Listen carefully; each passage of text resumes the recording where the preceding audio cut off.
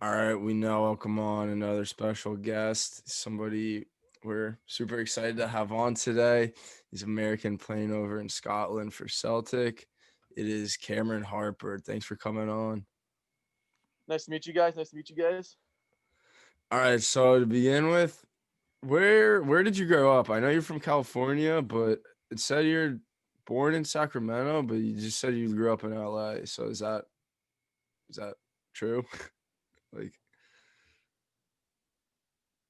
Yeah, so uh, I was born in Sacramento actually. So my mom and dad are from Scotland. My brother and sister are English, and they moved over to Sacramento for my dad's work. And then I was born there, Sacramento, and I lived in Sacramento for a little bit, and then went to Scotland actually when I was like one. Lived there until about three, and then I moved back to Southern California. Like my dad went to work in Santa Ana, so Um, he moved to Southern California. That's kind of where I lived up until about 2 years ago when we moved to Scotland to the Celtic. But basically lived most of my life in California. Yeah. because I go to school in California, and I know a lot of people from that area. Okay. My roommate, he's from Tustin, so it's like kind of close. Oh yeah, no, that's very close. Yeah, what high So school did you go to?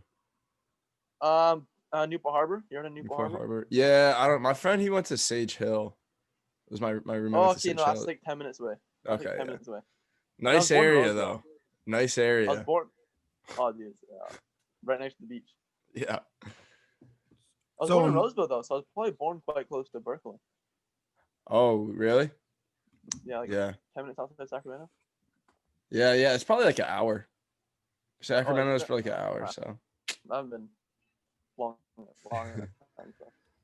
yeah. where do you say you get your accent from? Is that more of like a Scottish kind of accent from you living there, or just like being around? Honestly, I actually literally have no idea. Literally, I can when I go home to the U.S. Um, usually have like a my accent kind of goes back to like American accent really quickly, but then when I come back here, it kind of starts to switch in between.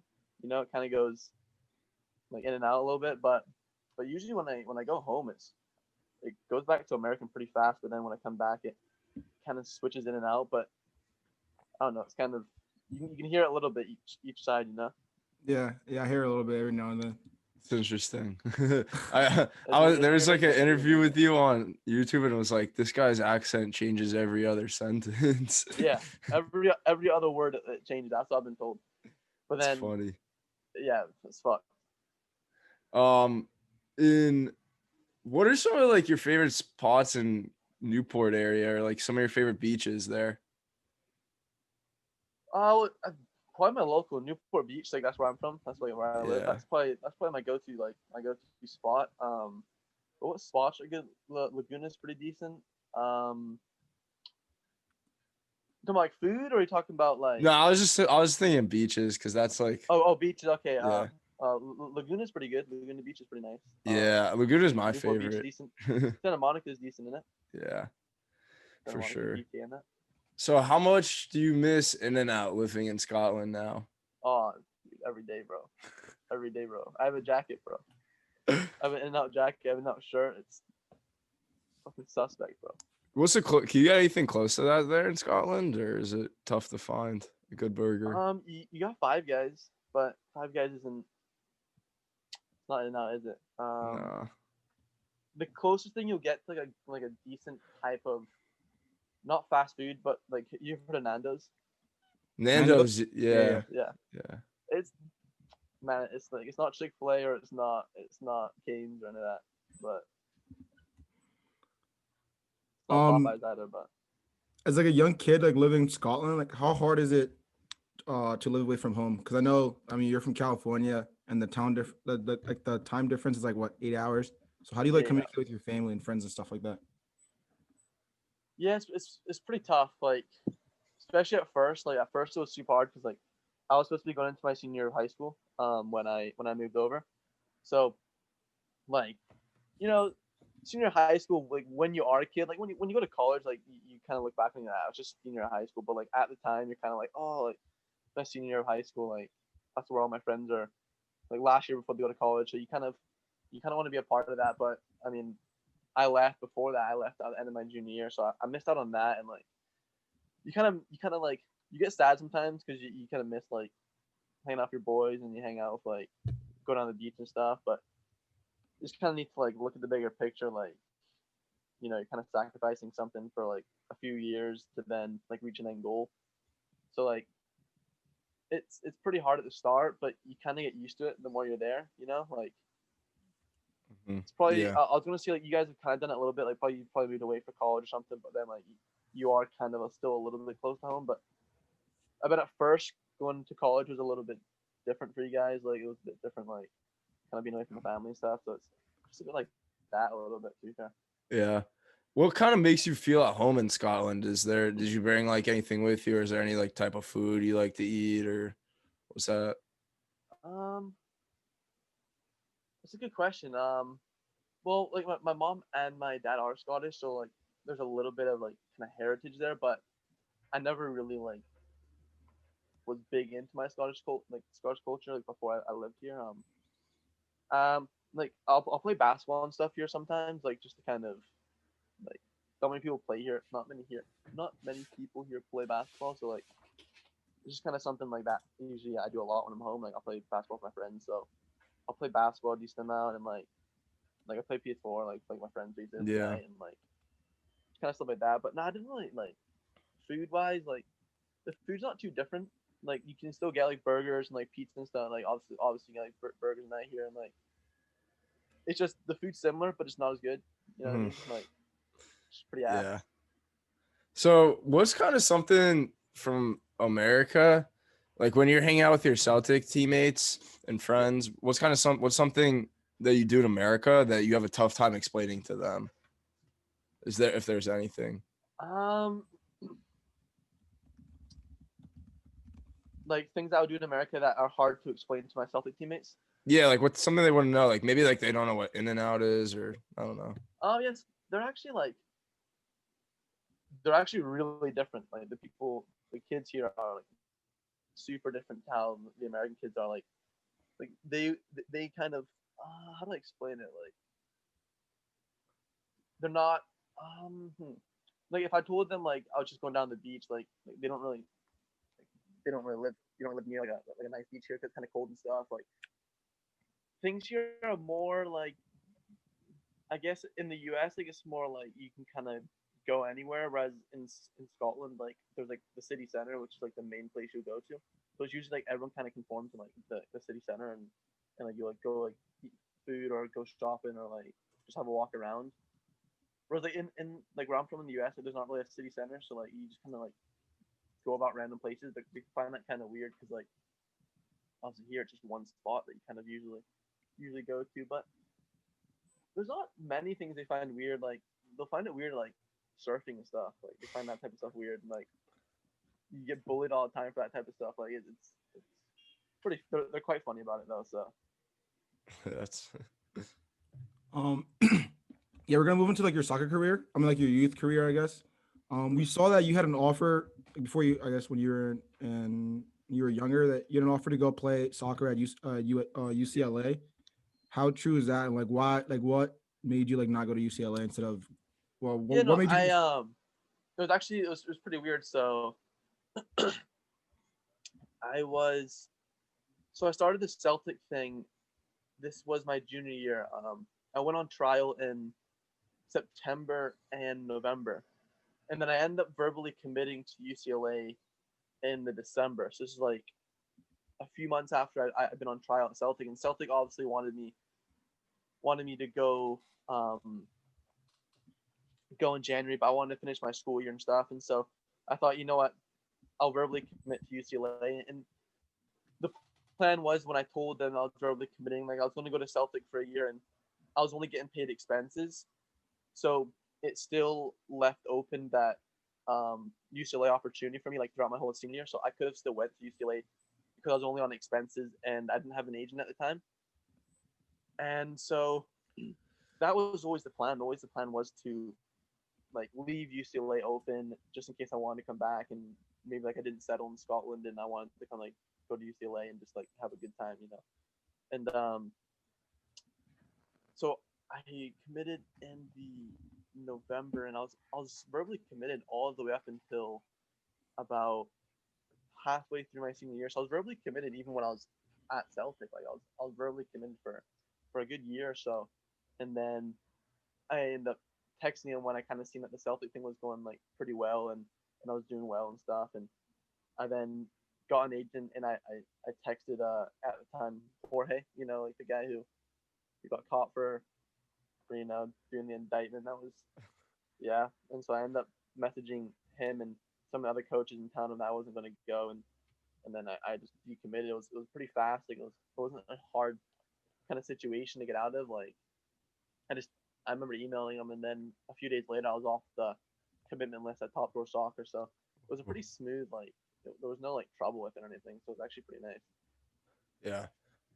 For your youth, in terms of like your youth career wise, what club team or academy did you play for? When was it? Like, was it the Um, Galaxy or? yeah, no. So I was low key like I kind of hopped around in terms of like I played for like this local team in Newport Beach called Newport Mesa for like 3 years. The coach is Chris Klein, if you know who he is. He's like the one of the direct. He used to play for the U.S. national team and used to play for like LA Galaxy and stuff. And so he then took about six of our guys to LA Galaxy under 12. So I went from Newport Mesa to LA Galaxy and I played there for like a year. And then I went to this local team called Fullerton Rangers and like this team in TFA. They used to be called like the Barca Academy. Like they were actually like they were decent. They were a good team. And then I went to Pats, went to Patty Doris for like 3 years, and end up then going straight from Pats to Celtic. Like it was pretty smooth sailing. Not gonna lie, it was actually not too bad. Yeah. So what kind of made you decide you wanted to leave the US and then Yeah. go play in Scotland or in Europe, just in Europe in general, and instead of kind of Um. staying and working your way up through MLS Academy? Like I know like some of your Yeah. It teammates was. like Yeah. John Luca and sorry for cutting you off. Yeah. Yes. Yeah. It was quite weird because my parents didn't really want me in MLS Academy just because of how like political it can be in like MLS academies. Like I remember like out of the under 12 player like at LA Galaxy, you kind of seen a little bit of political stuff, and like my mom was just like, oh, just like go out and kind of enjoy yourself, just enjoy your football, like we know there's a little bit of talent there, just you just need to kind of work on it yourself and just go out and enjoy it. And so I never really went to an MLS academy. Like I had a few offers to always kind of go to an MLS academy. I could have went, but at Pat's like my coach, his name was Tenny Chronopoulos. He was a top guy. Like he he was a great coach, and like all the guys at Pats were really good. So I was like, I'm kind of happy just being at Pats and stuff. And so I then was at a national team camp, and the plan was never really to go. Like it was nice the sound of going professional, but my mom was always like, "You're probably not gonna go professional from Patty Doris. You're probably not gonna be like, you know, playing." The funny thing was actually, just a little side note, a college coach I was getting recruited by. I'm not gonna say what college it was, but we were in a meeting, and he was like, "Oh, you're not exactly gonna go from Patty Doris to Celtics. Like, this is before he knew anything was happening. Like, he made it seem, oh, you're not exactly gonna go from Pat to Celtic because he knew that I supported Celtic, and that's like what the dream was, and it ended up actually happening. So it's quite ironic, but um, it was at a national team camp where my dad kind of got like a number from this guy wearing a Celtic top, a scout's number, and he ended up kind of figuring out a trial, and so it kind of came out of nowhere in terms of like I was never really focused on going professional in the sport, but it then just kind of I got kind of lucky in terms of like found a contact and stuff, and it ended up happening, and so it kind of came out of the blue, honestly. The Celtic Academy has like like a long history of producing a bunch of talented and world class players. Have you noticed like what sets them apart from the other academies? Yeah, you kind of it's crazy. Like you look at the really young players in the academy, like the under 12s and under 13s and 14s, and like they're training like 2 and 3 times a day. Like they're training before school, then they're training like after school, and then they would sometimes train I think in the middle, like at lunch or something. So they're training like 3 times a day. Like you saw these guys like basically these little kids training all day, and it was there's also like very good coaching in terms of like they're kind of because Celtic are just like they're so much better than basically every team in the league. Like they're always attacking and stuff. So like even at youth level, like everything's based off of like attacking and being technical players, being like skillful players, being able to kind of handle the ball and not like not being incompetent with it. Like sometimes you play against teams and if you're playing against like a I don't know Villarreal in Spain, like they're all gonna be really good on the ball, but they're not gonna be as attack minded, so they're not gonna be like as skilled. I'd say like, but at Celtic you kind of need to be good on the ball. You need to be skillful because one they've got like they can kind of pick who they want from the whole of Scotland. Like they've got that kind of like that pulling power. Um, and I don't know, you just see a lot of really talented kids that kind of come through, like that Caramoan Dimonde. A few boys in my team are kind of pushing in the first team, and like you kind of see like the one you kind of need to work hard because like the coaches kind of get on you. You can't just like think that you're talented and not kind of put in the effort. But also a lot of them are just very talented. They're very like I don't know. I guess it's a fucking Scottish way or something. Yeah. So, I mean, Scottish way, like, what was the biggest adjustment you had to make to your game when you first arrived at Celtic? Um, my biggest adjustment to my game was definitely like playing as a team a little bit. Like when you're playing in the DA, like for non-MLS Academy team, you can kind of I don't know, you can kind of how do I say it? Kind of do your own thing. Like it's not like very team based. It's kind of like you've got that freedom to like dribble the ball and lose it, and like nothing will really ever be said to you. Like the coaches will maybe shout at you, but like your teammates don't really get on to you. Whereas playing like a little bit about higher pressure, like even though it was just under 18 football when I first came, like you kind of seen a step up in pressure in terms of like at Celtic, you kind of need to win every game. You can't just like you can't like toss it off. You can't just like um I don't know. You just gotta take it quite seriously still, and I think handling the pressure and also trying to play as like more of a team player and like playing to a system where like you have a role, you've got 10 other really good players around you, so you don't really need to like do everything by yourself. You know, you can kind of switch the like each person can kind of do their own bit instead of just one person kind of pulling the weight for others. So I think it was just playing with pressure and playing to a system and knowing what you're gonna do before you get the ball. But I ramble on so much that was No, I you're could have good. said that. Earlier you said that you were like you were part of like the young talented class over at Celtic with like what's his name, Karamoko Dembele. Is that how you Caramoan say it? Dimonde, yep. Yeah. How Everyone is knows he him. at? Yeah. How is he at like practice and stuff like that? I bet he's like a freaking baller. Oh yeah, he's a baller. He just kind of. I've been asked this question so many times that the answer just like framed in my mind. You know, you just gotta pass him the ball and just kind of let him do his thing. You know, you kind of like you kind of there's like certain players that you can kind of like give them the ball and like they'll do things and you're just like, how did you do that? How is that possible? Yeah. Like how did you do that? You know what I mean? I think sometimes you kind of need to like you just need to say like, Jesus, this kid is really good. And there's the thing is there's actually like a lot of players who are like that in the academy where they might not get as much publicity, like because Celtic tend to kind of keep their youth players a little bit lower key. Like there's not really many players who they kind of put put a lot of hype out. Like, but there's a good few types of those players in the academy where the Karamoko, Spoining Armstrong, like there's a few guys that are like unbelievable. You look at them in training and you're just like, how did you do that? Like, you know what I Yeah. mean? Who's like the most impressive player at practice then? Probably Caramoan. Probably him. Yeah, you just kind of give him the ball and just kind of like, you know, you go do your thing, you know. Yeah. Probably All right. do Nah, he's not want to great. be defending him.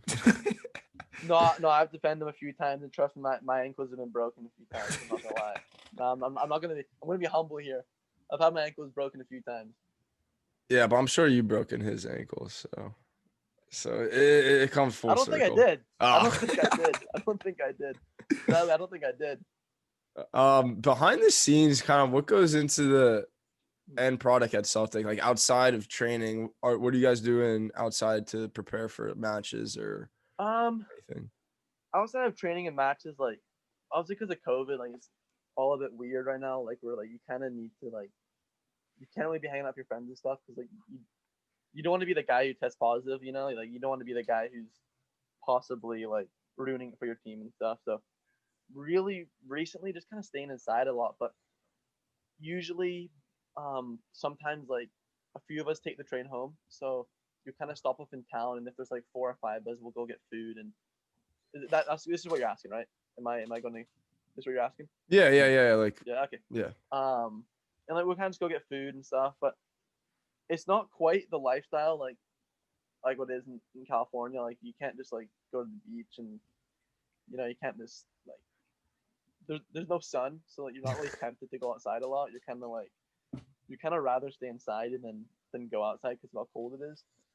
So not I don't really get up too much. It's quite boring to be fair. I don't really get up to anything.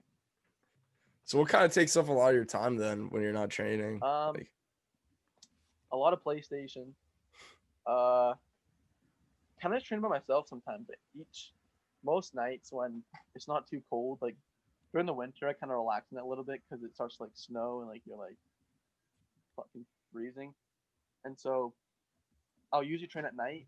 Also in the winter, I won't really. I'll kind of stay more inside, but just going in town like with the guys and stuff, and like if you like team nights out and stuff, like if you want to go to a club or anything, like just 18 here, so like the team nights out are quite good.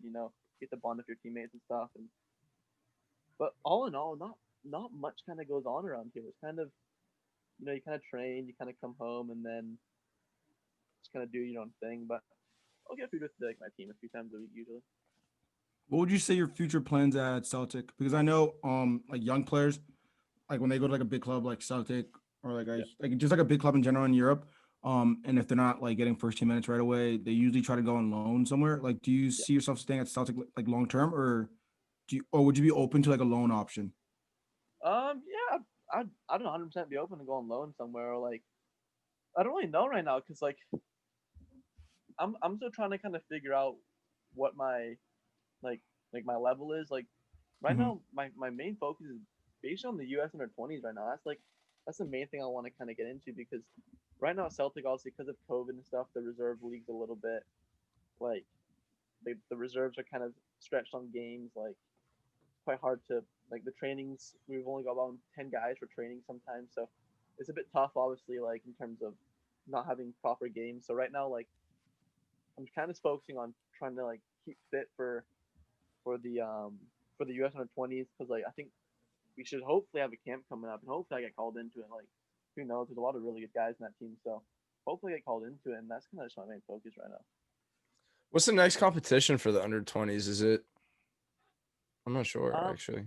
I'm gonna assume that we're probably gonna have um maybe a few probably camps and then hopefully I think World Cup qualifiers. I think like under 20 World Cup qualifiers is hopefully the next thing, and then if we qualify from that, I was like the World Cup, and that'd be pretty decent. But Yeah. So do they kind of throughout your year, are they I mean, I assume they're watching you, but are they giving you updates on your performance and like, oh, keep doing this or you're doing this yeah, well if you I'm in contact with the under 20 coach Anthony Hudson quite a lot, and like I'm always kind of asking him what's like what can I do to kind of keep getting better and stuff because it's kind of like everything's so weird right now. You can't get like regular games, so you can't. It's easy training and stuff, but kind of games where like you test if you're getting like you can kind of see if you're getting better. You know what I mean? So you can't really see if you're getting better, or you can't really see if you're kind of improving. So I don't know. I'm just trying to like do my bit to kind of do extra training and stuff. And but I'm in contact with the U.S. coach a lot. Kind of always asking him what can I do to get better. What can I do to just improve really? Because that's the main thing right now. Like, as an 18-year-old, you kind of want to get better. You just want to get first team minutes. You kind of want to, you know what I mean? It's kind of like a weird gray area. Yeah. Um, Out of like your entire like youth national team teammates, like who would you want to play on like a club team with? I've always said that my closest friend on the national team is Mateo Ricaccio from Liverpool. Yeah. So So So if Mateo wants to come to Celtic, that's up to him. Like he's my guy. Like he's the guy. I'm also close with Cole Bassett. He's a funny guy. He's a good guy. Have you talked to Matteo about coming to Scotland at all? I actually have. I've told him to come to Celtic. He's like, I don't know. I'm at Liverpool. I was like, that's fair. He's at Liverpool. He's balling right now, so he's doing his thing. So it was a fair play to you. What about Cole? Cole Bassett's a good guy too. Cole Bassett's a tough guy. He's gonna transfer to Europe soon, I would imagine, based on how he's playing. Where do you guys think he's gonna go, dude? I think he might go to Germany personally. I don't know. He didn't really like when we were on. We kind of asked him. He didn't really. Yeah, he kind of he went around the question. Yeah, I mean, it's fair, Yeah, that's fair. I mean, he probably doesn't want to give too much away. I bet he's got something planned. I think he probably got something planned. Yeah, for sure. I mean, especially he's been scoring a lot and assisting a lot. Dude, he's been tearing up in MLS. He's been doing really good. Fair play to the guy. He's a good guy too. So yeah, I want to see him do well. So, what would you say your goals are for the U20 team this upcoming cycle?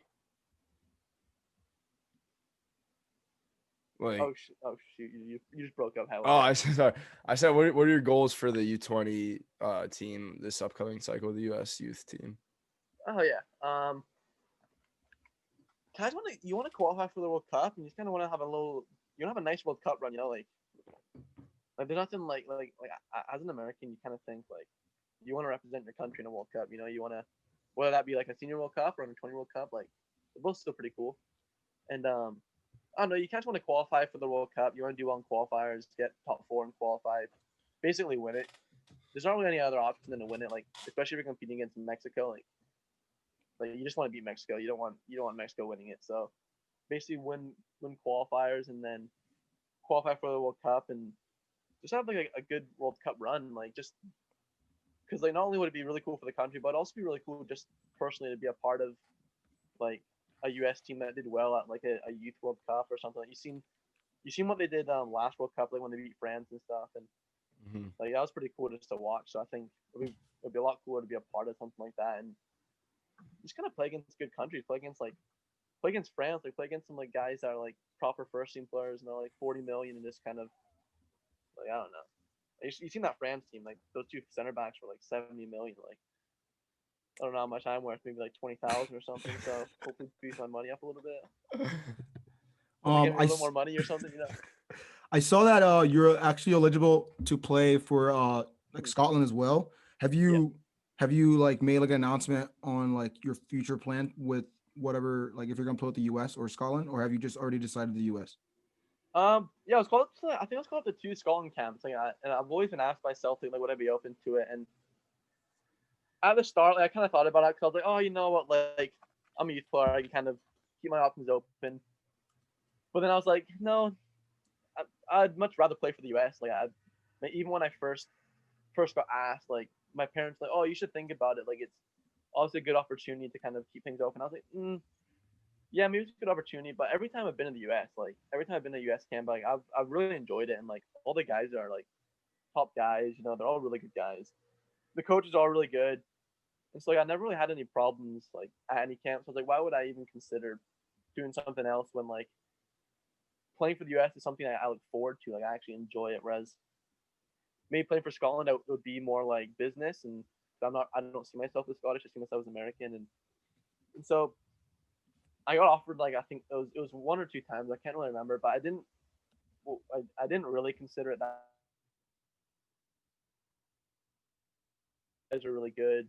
Never had any problems. The coaches are top. And so yeah, I mean, it's always open, but I don't think I'll ever think too much of going to a Scotland camp. I think I'm pretty set on trying my best to get in the US senior team. That's probably the biggest goal of my career. Yeah, that's good to hear. Okay, I ramble on these questions so much. Sorry, guys. No, you're good. All right. Hypothetical situation, real quick. You're in the U.S. youth national team camp, and your coach lets you pick your 5-a-side team or 6-a-side team, I guess. So your team plus 5 other players. Which 5 players are you gonna pick for your team? So goalkeeper, I'm gonna go Patrick Schulte from St. Louis, Missouri. The only college player I think in our team. Actually, no, him and Stefan. Some goalkeeper going Patrick Schulte. Defender, who am I gonna go for? Actually, no, we're going 5 attackers. We're going no defending. No, two back. Has to be a two back. Has to be a two back. Oh, it has to be a 2 back. Okay, I'm throwing a forward I'm throwing a forward back there. We'll put Cole Bassett in defense. He's quite a 2-way player, but we'll throw Cole Bassett in there. Who's on a defender that's quite good? Okay, this is a guy who I'm not really close with, but I've been to camp with him like 2 times, and I've always thought he's like one of the most underrated kind of players in our team. Yeah, like Ada Morris. You've heard of Ada Morris from Columbus Crew? Like, he's always spoke about a lot, but I think like he's been like probably one of like the best, like the guy who's impressed me the most in terms of when I've been to U.S. camps, and so I'm throwing him back there.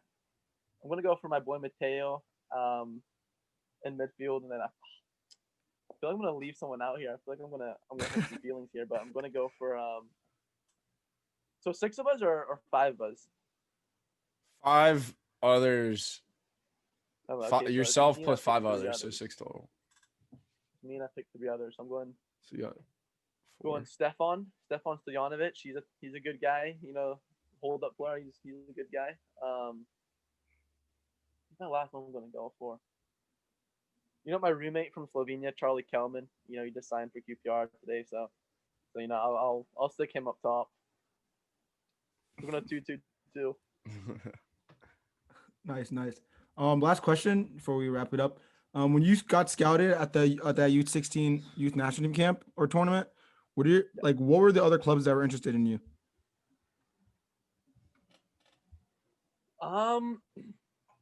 Thing was there was like a few MLS teams that like wanted to take me on thing. I heard obviously Galaxy and stuff, and like I heard a few other names that are kind of getting tossed around, but nothing was ever really like I never really actually found out if that was true or not. So not really sure at the time. Only really Galaxy and OCSC a little bit, like the Orange County Soccer Club.